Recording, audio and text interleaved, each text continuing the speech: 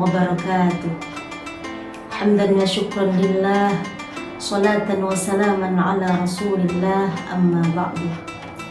Yang kami hormati ibu-ibu pengurus dan juga anggota Dharma Wanita Persatuan Kantor Kementerian Agama Kota Pasuruan dan pemirsa yang dirahmati oleh Allah. Alhamdulillahirabbil alamin. Sampai saat ini kita masih diberikan umur panjang oleh Allah sehingga kita masih bisa dipertemukan lagi dengan Ramadan Karim, bulan yang penuh dengan kemuliaan, bulan yang penuh dengan rahmat dan maghfirahnya. Semoga amal ibadah kita di bulan suci ini diterima oleh Allah Subhanahu wa Ta'ala. Amin ya rabbal alamin.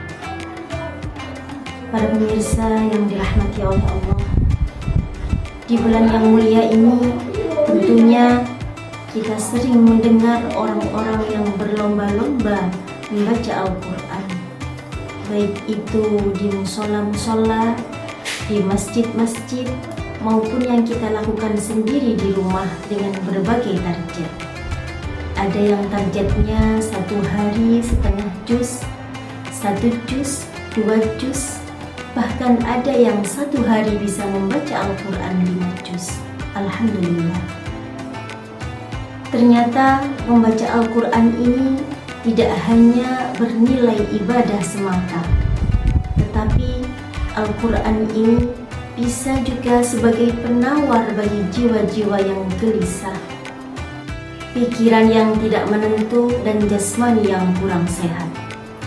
Setidaknya dalam Al-Quran ada 6 ayat yang menjelaskan bahwasannya Al-Quran bisa sebagai penyembuh. Di antaranya Quran Surat Al-Isra ayat 82. Bismillahirrahmanirrahim. Wa nunazzilu minal Qur'ani ma huwa shifaa'u wa rahmatul lil mu'minin. Shadaqallahul azim. Yang artinya kami turunkan Al-Quran sebagai penawar dan rahmat bagi orang-orang yang beriman. Para pemirsa yang dirahmati oleh Allah, kata asy-syifa kebanyakan orang mengartikan sebagai obat, tapi ada kata lain yakni ad-dawa. Likulli da'in dawa. Setiap penyakit pasti ada obatnya. Tapi mengapa di sini Allah memilih dengan kata asy-syifa bukan ad-dawa? Ad-dawa bermakna obat. Obat ada kalanya jika kita minum bisa sembuh, bisa tidak. Obat juga memiliki efek samping. Tapi kalau asy-syifa penyembuh, yakni tidak ada efek sampingnya. Asy-syifa juga sudah dijamin oleh Allah kesembuhannya. Imam Al-Qurtubi menjelaskan dalam tafsirnya dengan kata asy-syifa ini dalam ayat tersebut menjelaskan yang pertama, Al-Quran sebagai terapi bagi jiwa yang gelisah, gundah gulana, hati tidak tenang, pikiran tidak tenang, dan lain sebagainya. Yang kedua, Al-Quran sebagai penyembuh bagi segala penyakit hati, baik itu penyakit hati yang menghalangi kita dari taat kepada syariatnya, contohnya syirik dan juga keraguan-raguan, dan juga penyakit hati yang bisa mengotori iman kita, seperti iri, dengki, hasud, dendam, dan lain sebagainya.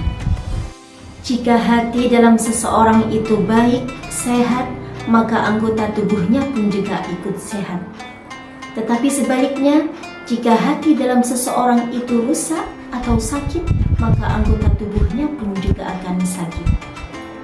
Yang ketiga, Al-Quran sebagai penyembuh dari segala macam penyakit zahir, penyakit fisik, seperti meruqyah orang-orang yang sedang sakit dengan bacaan Al-Quran, menuliskan ayat-ayat Al-Quran kemudian dimasukkan ke dalam air sebagai pengobatan.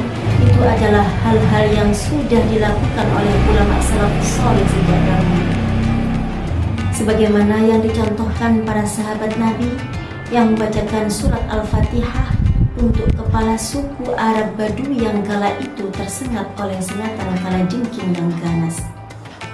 Tidak ada tabib yang berhasil menyembuhkannya, tetapi atas izin Allah melalui para sahabat dan bacaan Al-Quran tadi, alhamdulillah dia bisa disembuhkan.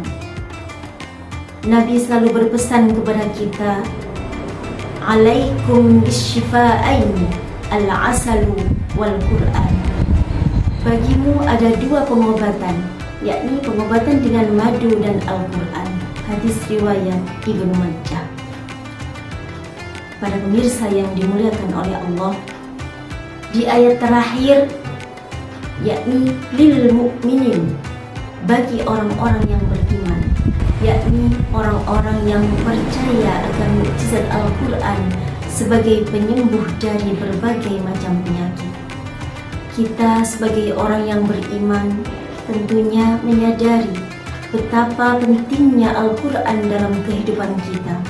Al-Quran sebagai pedoman dan petunjuk hidup kita. Marilah kita senantiasa membersamai Al-Quran dengan membaca dan memahami maknanya serta mengamalkan dalam kehidupan kita sehari-hari agar terhindar dari segala macam penyakit zahir dan batin, dari penyakit fisik dan juga penyakit hati. Wallahu a'lam. Mungkin itu yang dapat kami sampaikan. Semoga bermanfaat bagi kita semuanya. Wallahul muwaffiq ila aqwamit thoriq. Wassalamualaikum warahmatullahi wabarakatuh.